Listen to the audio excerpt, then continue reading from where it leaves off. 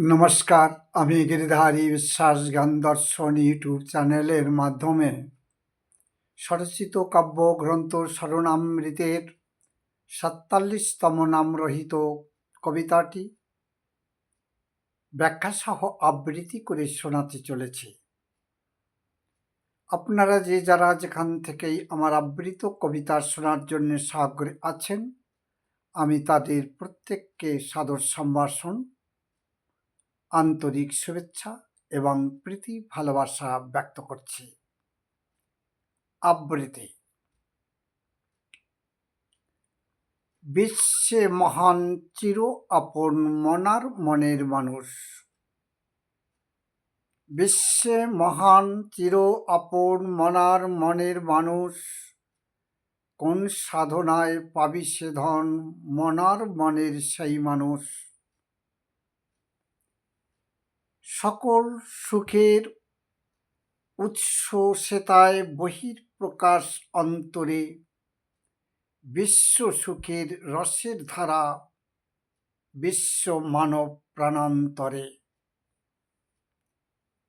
সকল সুখের উৎস সেতায় বহির প্রকাশ অন্তরে, বিশ্ব সুখের রসের ধারা বিশ্ব মানব প্রাণান্তরে। জানতে হবে স্বভাব তাহার, স্বরূপ যে তার কিরূপাকার।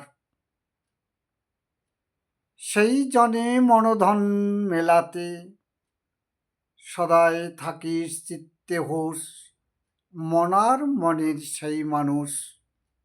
বিশ্বে মহান চির আপন মনার মনের মানুষ, কোন সাধনায় পাবি সে ধন মনার মনের সেই মানুষ। সকল মানুষ মানুষ বটে, মনের মানুষ সেই জনা, যার তুলনার তুল্য হয় না, যার সাধনা শেষ সাধনা। সকল মানুষ মানুষ বটে, মনের মানুষ সেই জনা, যার তুলনার তুল্য হয় না, যার সাধনা শেষ সাধনা। তটিনিধায় সাগর পানে,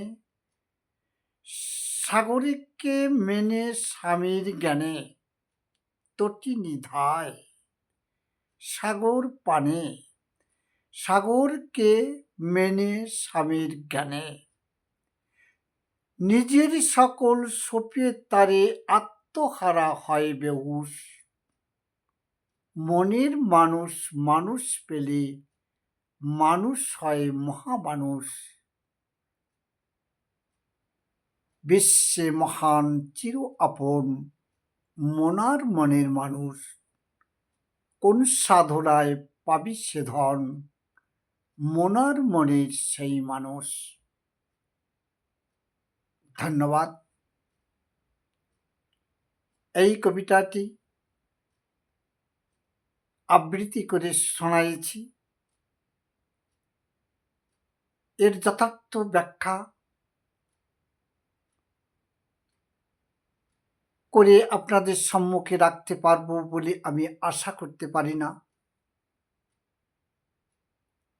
যেহেতু এই কবিতাটির যে মর্ম অর্থ, এই মর্ম অর্থকে উপলব্ধি করা এবং কোন প্রকৃতি বা কোন ইচ্ছা আকাঙ্ক্ষার উপর ভিত্তি করে এই কবিতাটি সূত্রপাত হয়েছিল, আর সেই সূত্রপাতের কথা আজ সেইভাবে আমি স্মরণে মরণে রেখে তার পূর্ণাঙ্গ ব্যাখ্যারূপ আপনাদের সম্মুখে তুলে ধরতে পারব বলে আমি আশা করতে পারি না। তথাপি আপনাদের কোলের শিশু, ছোট্ট সন্তান, তার আদো আদো ভাষা, আদো আদো বলি এবং আদো আদো চেতনা দ্বারা যা কিছু সে উপলব্ধি করতে সক্ষম হয়েছে, এ সবই আপনাদেরই আশীর্বাদ প্রদত্ত, আমার জন্য আশীর্বাদ লব্ধ, আপনাদেরই দেওয়া দান। আপনাদের কাছে পৌঁছে দেওয়ার জন্য আমার এই আন্তরিক অভিযান, আমার ইচ্ছা, আমার স্পৃহা এবং আমার আকাঙ্ক্ষাও বটে। এই কবিতার শুরুতে বলা হয়েছে, বিশ্বে মহান চির আপন মনার মনের মানুষ, কোন সাধনায় পাবি সে ধন মনার মনের সেই মানুষ।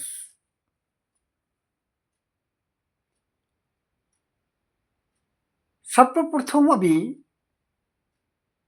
মনের যে প্রকৃতি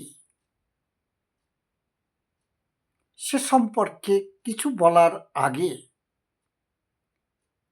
স্বর্ণামৃতের উল্লেখিত স্মরণীয় বাণী নামে 25টি বাণী শেষের দিকে রাখা হয়েছে। তার প্রথমটি মন সম্পর্কিত উক্তি। আমি সর্বপ্রথম সেই স্মরণীয় বাণীটিকে আপনাদের সম্মুখে তুলে ধরতে চলেছি বা তুলে ধরতে চেয়েছি। এই প্রথম স্মরণীয় বাণীতে উল্লেখ করা আছে, বিচিত্র মোর মনের গতি রুদ্ধ করে যতনে তারে, বিবেক তুমি বিকশিত হও জ্ঞান থেকে জ্ঞানান্তরে। বিচিত্র মোর মনের গতি রুদ্ধ করে যতনে তারে, বিবেক তুমি বিকশিত হও জ্ঞান থেকে জ্ঞানান্তরে। সকলের তলে বিলিয়ে দিয়ে আপন ফুলের গন্ধটুকু, রিক্ত হও কোড়ায়ে লও পরহিতের সুখ শান্তিটুকু।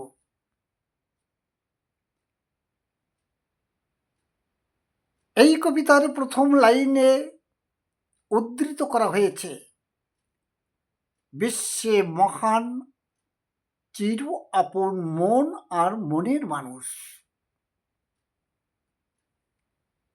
এই যে অনন্ত বিশ্ব সংসার, এই অনন্ত বিশ্ব সংসারে আমরা মনুষ্য রূপে প্রাণীকুলে অবস্থান করছি। আমাদের এই দেহ মাঝে চেতনা স্বরূপ মন, বৈচিত্র্য রূপধারী এই মন, এই মনটিকে মহান বলে আখ্যায়িত করা হয়েছে। বিশ্বে মহান চির আপন মনার মনের মানুষ, ওই দত্তকণ্ঠে প্রকাশ করা হয়েছে, উদ্ধৃত করা হয়েছে যে বিশ্বে একটা মহান বস্তু বলে আমাদের সম্মুখে ধরা পড়েছে, সে হলো মন। বিশ্বে মহান, আমরা যা কিছু পেয়েছি তার মধ্যে মনকে মহান বলে আখ্যায়িত করা হয়েছে। বিশ্বে মহান চির আপন, অপরদিকে চির আপন বলে অভিহিত করা হয়েছে। বিশ্বে মহান চির আপন মনার মনের মানুষ, কোন সাধনায় পাবি সে ধন মনার মনের সেই মানুষ। একাধারে মন মহান, অপরদিকে বলা হয়েছে চির আপন। এই যে মহান আর আপনত্বের ভূমিকা নির্বাহন করছে মন। মন দশ ইন্দ্রিয়ের এক ইন্দ্রিয় মন ইন্দ্রিয়। সেই মনেন্দ্রিয়কে বলা হয়েছে মহান। আর এক নামে তাকে অভিহিত করা হয়েছে, সে চিরু আপন। তাহলে বিশ্বে মহান চিরু আপন মনার মনের মানুষ। কোন সাধনায় পাবি সে ধন মনার মনের সেই মানুষ। আমরা তো কত কিছু চোখের সম্মুখে অথবা অনুভূতির জগতে পেয়েছি, উপলব্ধি করতে পারি। কত কি সৌন্দর্য রূপ, কত কি রূপ সৌন্দর্য,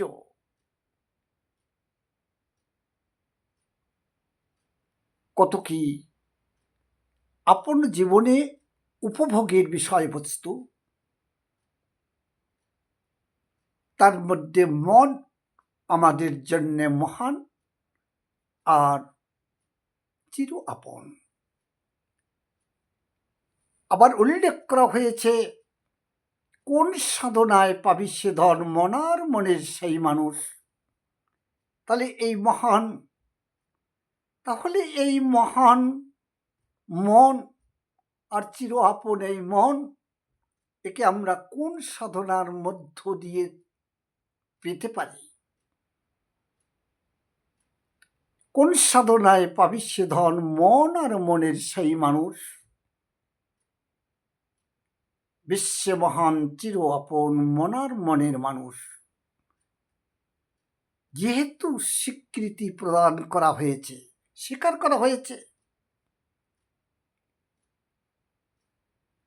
মন আর মনের মানুষই মহান তথা চির আপন। আপন বলতে যে কত নিকটতা, আপন বলতে যে কত ঘনিষ্ঠতার প্রতীক, কত তার প্রতি আমাদের আকৃষ্টতা, আকর্ষণ, যে সে আমাদের কাছে এত মহান এবং চির আপন। আর এরা কারা? মন আর মনের মানুষ। একাধারে মন, অপরদিকে মনের যে মানুষটি। বিশ্বে মহান চির আপন মনার মনের মানুষ। কোন সাধনায় পাবি সে ধন মনার মনের সেই মানুষ।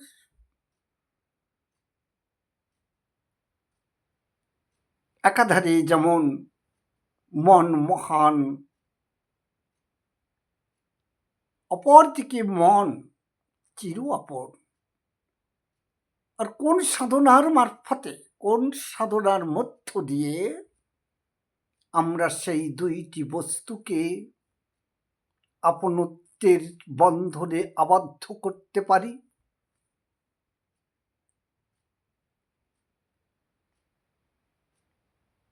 দ্বিতীয় পংক্তিতে উল্লেখ করা হয়েছে, সকল সুখের উৎস সেতায় বহিঃপ্রকাশ অন্তরে। সকল সুখের উৎস, আমাদের মানুষ প্রকৃতি, সুখ দুঃখ আনন্দ বিষাদ বিরহ উচ্ছ্বাস সবকিছুকে বিয়ার করে, সবকিছুকে বহন করে। এই সবকিছু আমাদের মন দ্বারা প্রভাবিত হয়। একাধারে যেমন মন দ্বারা প্রভাবিত হয়, অপরদিকে মন দ্বারা এর নিয়ন্ত্রিত ও আমাদের আত্মবোধের উৎস বটে। সকল সুখের উৎস সেতায় বহিঃপ্রকাশ অন্তরে। বিশ্ব সুখের রসের ধারা বিশ্ব মানব প্রাণান্তরে। সকল সুখের উৎস সেতায়, অর্থাৎ এই মনেরই মাঝে, যার বহিঃপ্রকাশ অন্তরে অন্তরে। যা কিছু আমাদের অন্তর্দৃষ্টি বা অন্তরে অনুভূতির বিষয়, তার বহিঃপ্রকাশ অন্যান্য বস্তুর মতন হয়ে ওঠে না। তার বহিঃপ্রকাশটা ঠিক অন্তরেই হয়ে থাকে। আর এর মূলামূলি যে সুখের এ ধারা, যা বিশ্ব সুখের সঙ্গে তুলনা করা হয়েছে, আমাদের সুখ শান্তি সমৃদ্ধি শুধু মাত্র আমাদের অন্তঃস্থ বিষয় নয়। বিশ্ব সুখ এক আছে দৈহিক সুখ শান্তি, যা মন দ্বারা নিয়ন্ত্রিত হয়। কখনো আনন্দ তো কখনো বিষাদ, কখনো দুঃখ তো কখনো খুশি। দুঃখ, দুর্দশা, আঘাত, ব্যথা, উচ্ছ্বাস, উচ্ছ্বসিতা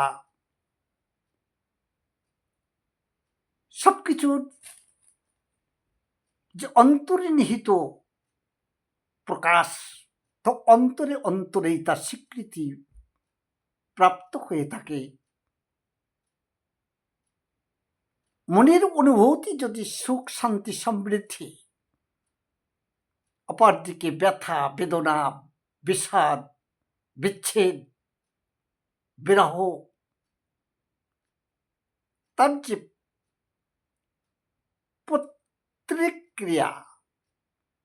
প্রতিক্রিয়া সেটা মন স্বীকৃতি প্রদান করে থাকে। সকল সুখের উৎস সেটায়, বহির্প্রকাশ অন্তরে। বিশ্ব সুখের রসের ধারা, বিশ্ব মানব প্রাণান্তরে। বিশ্ব সুখের যে রসের ধারা এলো সামগ্রিক সৃষ্টির জন্য, তখন একাঙ্গিক বা একার জন্য নয়। বিশ্ব সুখের রসের ধারা একাধারে যেমন সকল সুখের উৎস, সেটায় বহির্প্রকাশ অন্তরে। অপরদিকে বিশ্ব সুখের রসের ধারা বিশ্ব মানব প্রাণান্তরে। বিশ্ব মানবের প্রাণান্তরকে স্পর্শ করে। যেমন সমগ্র বিশ্ব সংসারের যে আনন্দ শুধু একার জন্য নয়, তার অনুভূতি যেন সব মানুষের হৃদয় মন প্রাণকে প্রভাবিত করে। সেখানেও উচ্ছ্বাসিত, কখনো আলোড়িত, কখনো বিরহ, তো কখনো আনন্দ, কখনো বিষাদ, তো কখনো সুখের প্রহারা।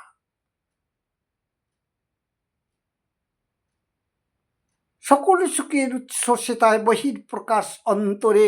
বিশ্ব সুখের রসের ধারা বিশ্ব মানব প্রান্তরে। সবকিছুর মূলামূলে মনের প্রাপ্তি এর স্বীকৃতি হওয়া একান্ত অবধারিত। তাহলে সেই মন আমাদের সুখ শান্তি সমৃদ্ধি আনন্দ বিষাদের মূলামূলে তার স্বীকৃতি পাওয়া বিনা আমাদের সুখ অনুভূতি, তার আনন্দ, তার রসাস্বাদন করা আদৌ সম্ভব হয় না, হয়ে ওঠে না।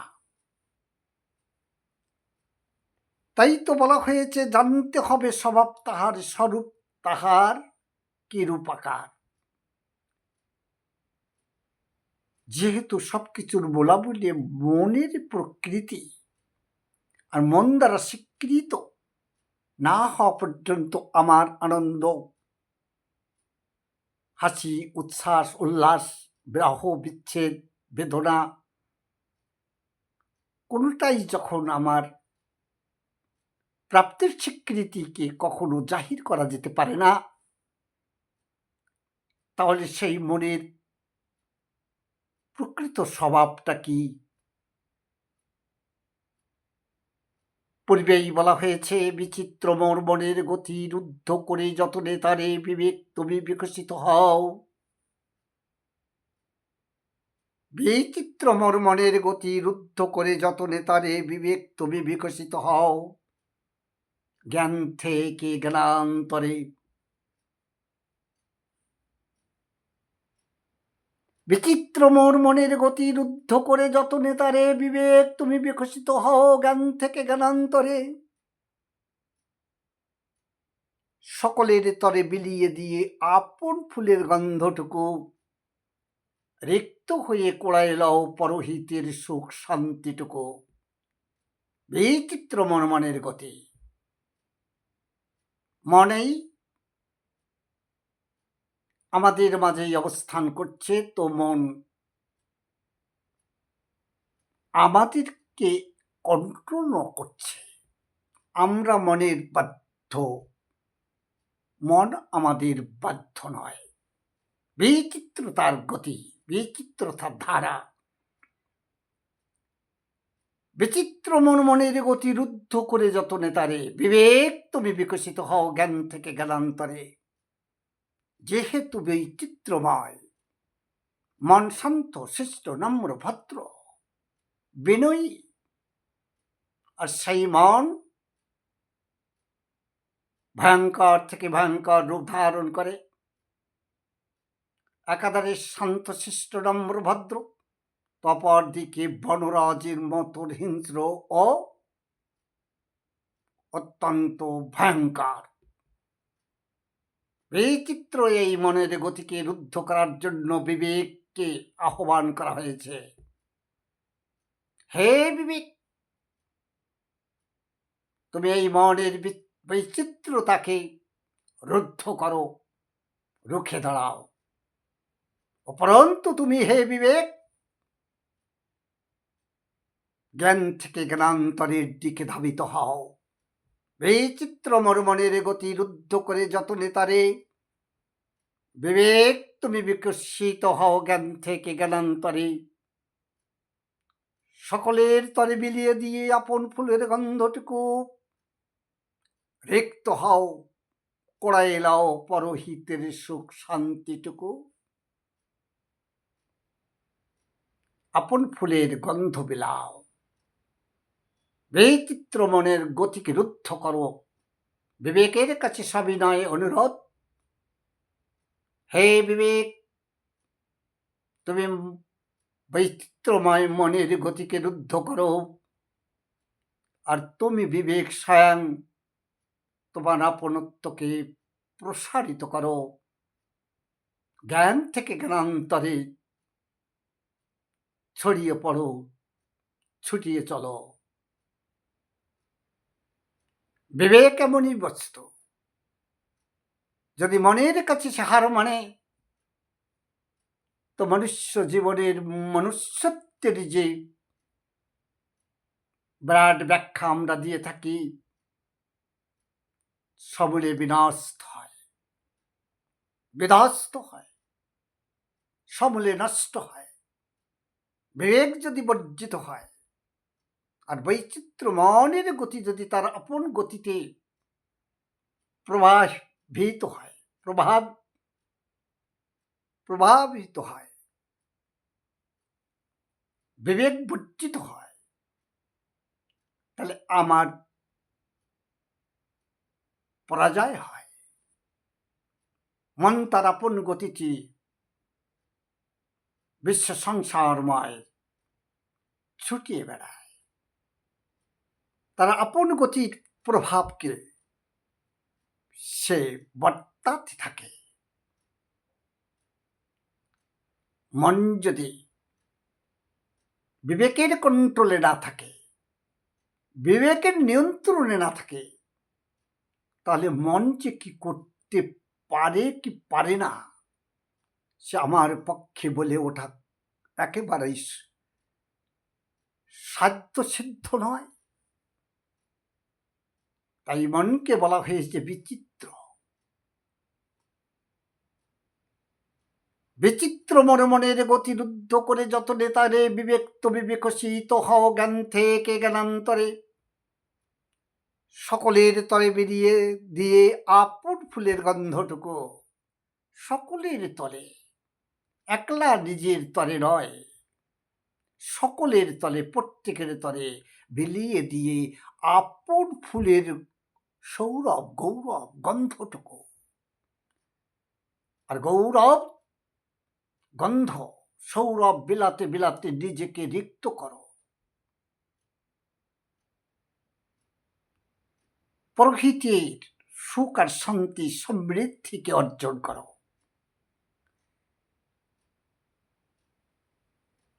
বিবেক তুমি বিকশিত হও জ্ঞান থেকে জ্ঞানান্তরে,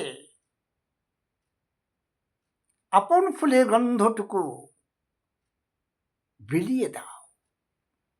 প্রকৃতির সুখ শান্তি প্রাপ্তির পরম প্রত্যাশায় এই চিত্র মনমনের গতিরুদ্ধ করে যতনে তারে বিবেক তুমি বিকশিত হও জ্ঞান থেকে জ্ঞানান্তরে, সকলের তরে বিলিয়ে দিয়ে আপন ফুলের গন্ধটুকু রিক্ত হও, করে লও পরহিতের সুখ শান্তিটুকু। বিবেকের কাজ। আর বিবেক যদি বর্জিত হয় তাহলে মন তার বৈচিত্র্য তার স্বরূপ ধারণ করে, আর সে আমার এই অনন্ত আনন্দ প্রাপ্তি থেকে চিরবঞ্চিত করে। মনকে যদি কন্ট্রোলিং পাওয়ারে রাখা যায়, বিবেক যদি সেখানে সক্রিয় হয়, তাহলেই মন মহান। আর এই মন যখন মনের মানুষকে পায়, এই দুই বস্তু হয়ে জীবনের জন্য পরম প্রাপ্তির। সেই জন্য এই কবিতার প্রথম সারিতেই বলা হয়েছে, বিশ্বে মহান চির আপন মন আর মনের মানুষ। এখন এই মন আর মনের মানুষকে আমরা কোন সাধনার মধ্য দিয়ে প্রাপ্তি হতে পারি?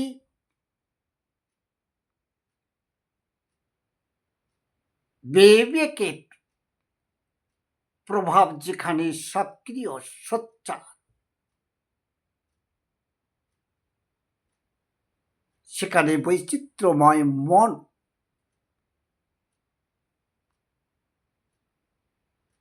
বিবেকের কন্ট্রোলে থাকা সম্ভব। আর তখনই আমাদের প্রকৃত সাধনায় আমরা উত্তীর্ণ হতে পারি। বাকি সাধনাতেই থেকে যায়, সাধনা সিদ্ধ হয় না, সফলকামী হয় না।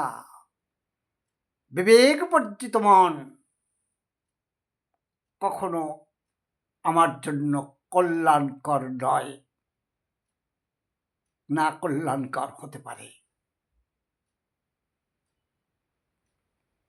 সকল সুখের উচ্ছ্বসিতায় বহির প্রকাশ অন্তরে, বিশ্ব সুখের রসের ধারা বিশ্ব মানব প্রাণান্তরে। জানতে হবে স্বভাব তাহার, স্বরূপ তাহার কিরূপ আকার, সেই জনে মন ও ধন চিনিতে, সেই জনে মনোধন চিনিতে সদাই থাকি চিত্তে হোস, মনার মনের সেই মানুষ।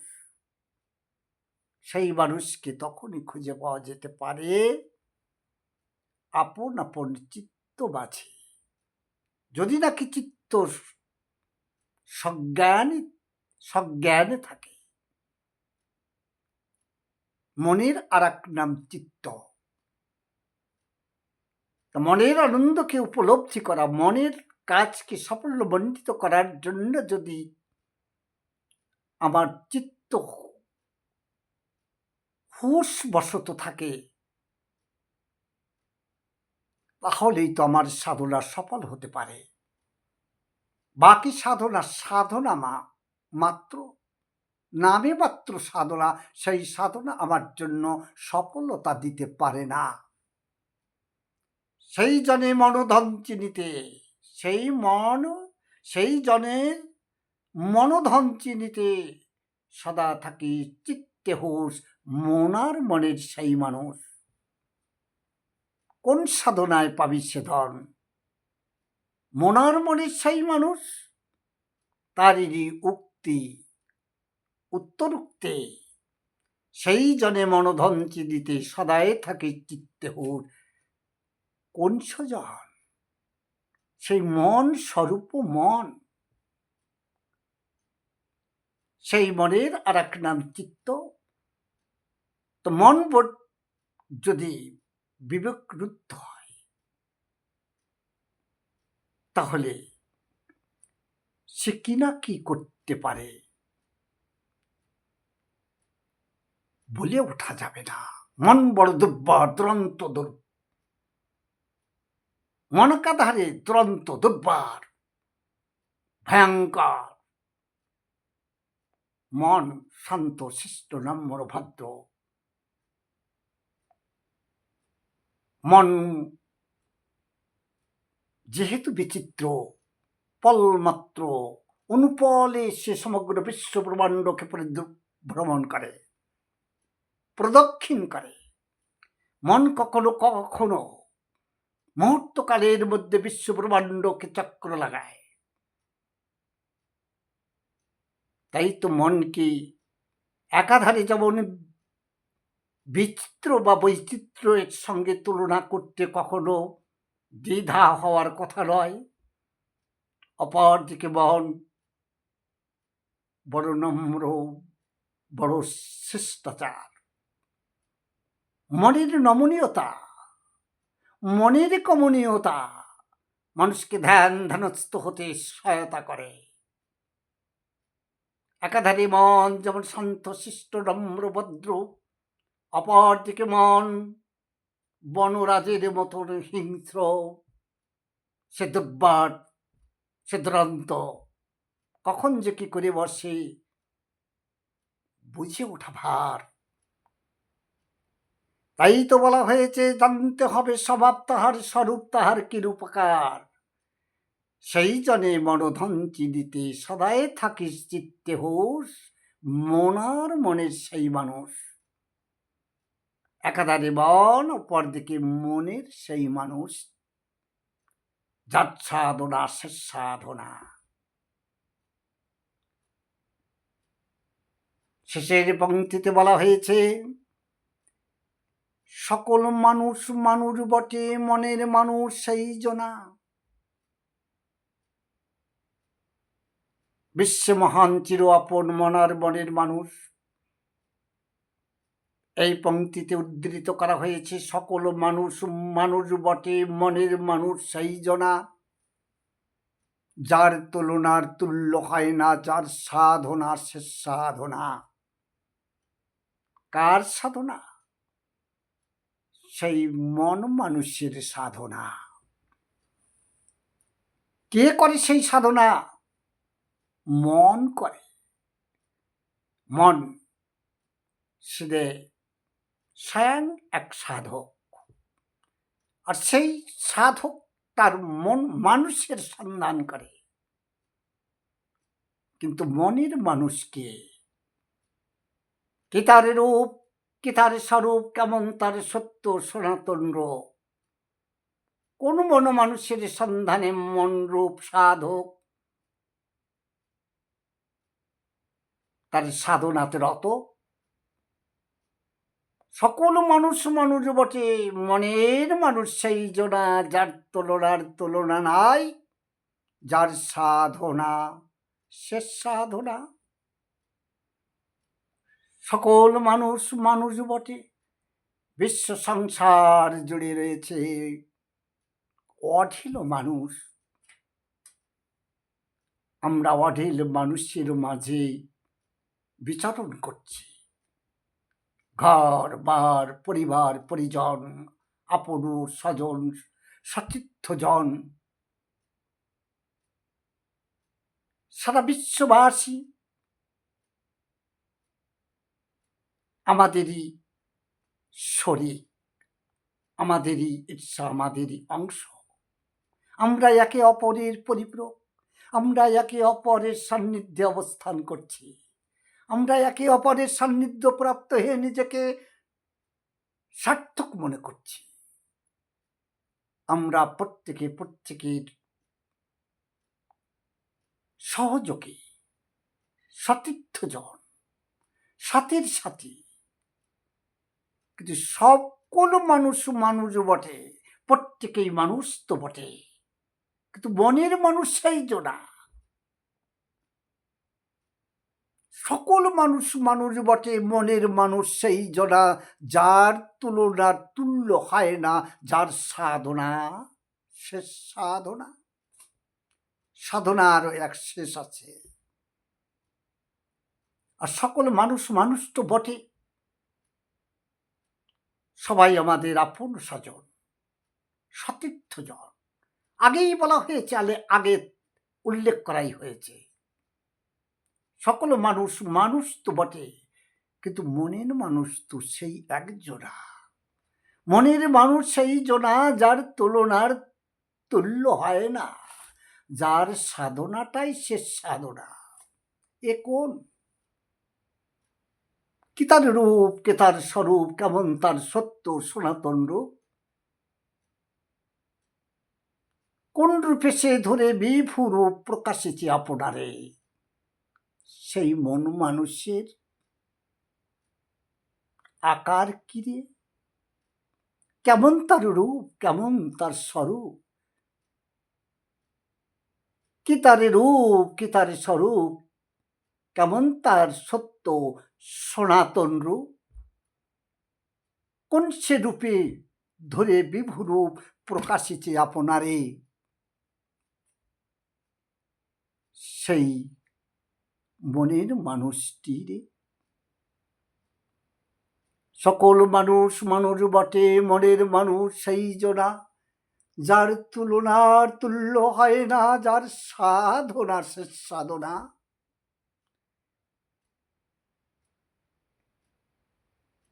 তটি নিধায় সাগর পানে, সাগরকে মেনে স্বামীর জ্ঞানে। তটিনী, নদীর এক নাম তটিনী। নদী সাগর অভিমুখে ছোটে। তটি নিধায় সাগর পানে, সাগরকে মেনে স্বামীর জ্ঞানে। নদী সে তটিনী, সে স্বামী স্বরূপ সাগরে মেলার জন্য তার এত প্রবাহ, এত ছোট, এত দৌড়।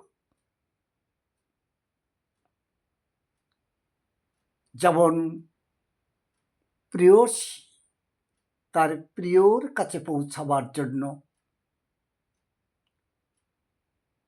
বধূ তার স্বামীর ঘরে পৌঁছাত, স্বামীর সঙ্গে তার মিলনের যে আনন্দ পাওয়ার, যে আনন্দ ঘন পরিবেশে উল্লাসিত, উৎসাহিত এবং ছুটে যাওয়ার যে প্রবণতা মনে মনে তাকে এত ব্যাকুল ও বিব্রত করে, তার সব চলার চরিতার্থ হয় যদি সে নাকি স্বামীর পর্যন্ত পৌঁছে যায়। নদীও তেমনি তদ্রূপ,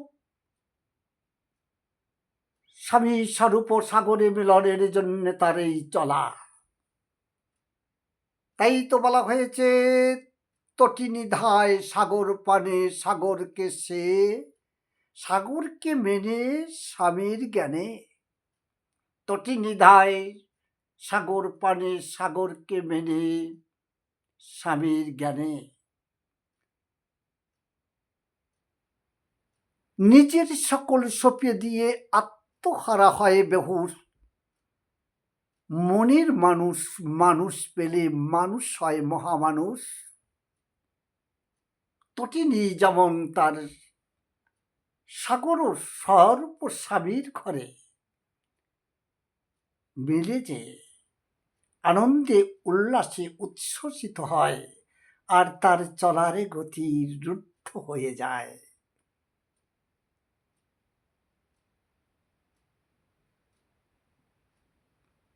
সে যেন তার স্বামীর বক্ষে মাথা নোয়া রাখতে পেরেছে, সে যেন স্বামীতে বিলয় হতে পেরেছে। তার যে সাধনার বস্তুকে সে বক্ষে পেয়েছে, সে স্বামীর পক্ষে আশ্রয় নিতে পেরেছে। তটি নিধায় সাগর পানে, সাগরকে সে স্বামীর জ্ঞানে।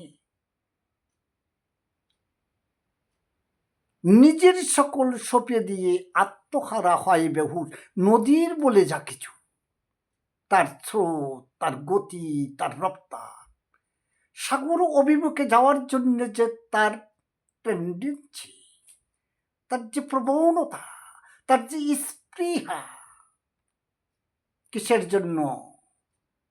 স্বামীতে মেলার। তাই তো নদী তার সাগরকে স্বামী স্বরূপ মনে করে, মনে মেনে সাগর অভিমুখেই তার ধাবমানতা। তটি নিধায় সাগর পানে, সাগরকে সে স্বামীর জ্ঞানে। সকল কিছু নিজের সকল সঁপে দিয়ে আত্মহারা হয় বেহুশ, মনের মানুষ মানুষ পেলে মানুষ হয় মহামানুষ। মানুষেরও সাধনা তদ্রূপ, যখন যেভাবে যতটুকু তার সাধনা চরিতার্থ করার জন্য যার তার যে মানসিক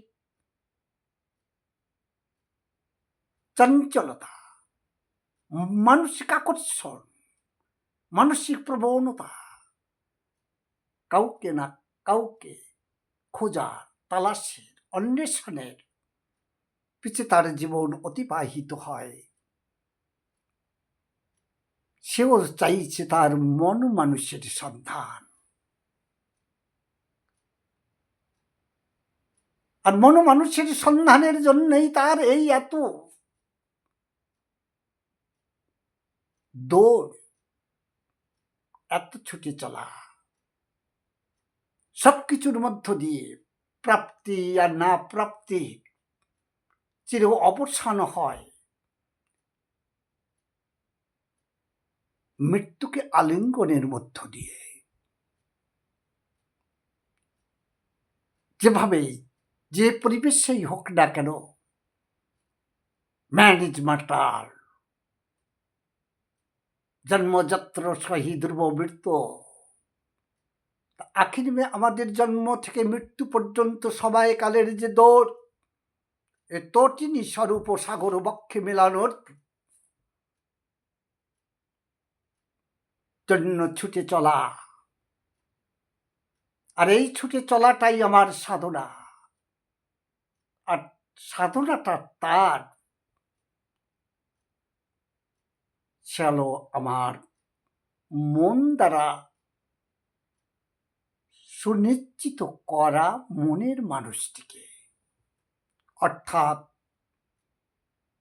একাধারে জীবন, তার সাথে মৃত্যু, অপরদিকে মানসিক তৎপরে মনের প্রাপ্তির যে এক বাসনা হোক না কেন, সে যা কিছু, যাকে আমি চিহ্নিত পর্যন্ত করতে পারি না, সে আমার সেই অলক্ষ্যের মহাজন। জ্ঞানে অজ্ঞানে জন্ম জন্মান্তরের সাধনা দ্বারাও তাকে আমরা পেতে পারি না। চিরজীবন আমাদেরকে তার সাধনায় সিদ্ধিপ্রাপ্তির লক্ষ্য নিয়েই ছুটে চলতে হয়। এটাই এই কবিতার সারাংশ। বিশ্বে মহান চির আপন মনার মনের মানুষ, কোন সাধনায় পাবি সে ধন মনার মনের সেই মানুষ। সকল সুখের উচ্ছ্বসিতায় বহির প্রকাশ অন্তরে, বিশ্ব সুখের রসের ধারা বিশ্ব মানব প্রাণান্তরে। জানতে হবে স্বভাব তাহার, স্বরূপ তাহার কিরূপাকার, সেই জনে মনোধন মেলাতে সদাই থাকি চিত্তে হুঁশ। মনার মনের সেই মানুষ, সকল মানুষ মানুষ বটে, মনের মানুষ সেই জনা, যার তুলনার তুল্য হয় না, যার সাধনা শেষ সাধনা। তটি নিধায় সাগর পানে, সাগরকে মেনে স্বামীর জ্ঞানে, নিজের সকল সঁপে দিয়ে আত্মহারা হয় বেহুশ। মনের মানুষ মানুষ পেলে মানুষ হয় মহা মানুষ। আমার সকল দিতে হবে সে তো আমি জানি, আমার চিত্ত আমার বৃত্ত আমার সকল বাণী। বিশ্বকবি রবীন্দ্রনাথ ঠাকুর তার এক গানের ভাষায় ব্যক্ত করেছিলেন যে আমার সকলে দিতে হবে সে তো আমি জানি, আমার চিত্ত আমার বৃত্ত আমার সকল বাণী। অর্থাৎ মৃত্যু যখন আমাকে আলিঙ্গন করিবে, আমারই বলি এই পার্থিব জগতে যা কিছু আছে, দশ ইন্দ্র স্বর রূপু নবদার, সবকিছুর হবে অবসান। আর আমাকে সবকিছু ছেড়ে নিঃস্বর নিঃসঙ্গ একাকী মিলতে হবে কোন এক অজানার সাথে। তাকে বনের মানুষের সঙ্গেই তুলনা করা হয়েছে। পার্থিব জগতের এই মানুষ, এরা যতই আমার সাথীর সাথী হোক,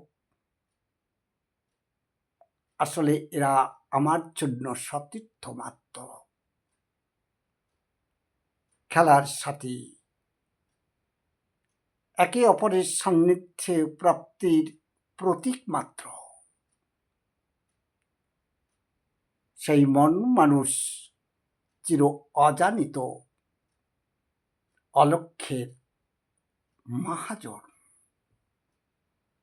ধন্যবাদ, নমস্কার।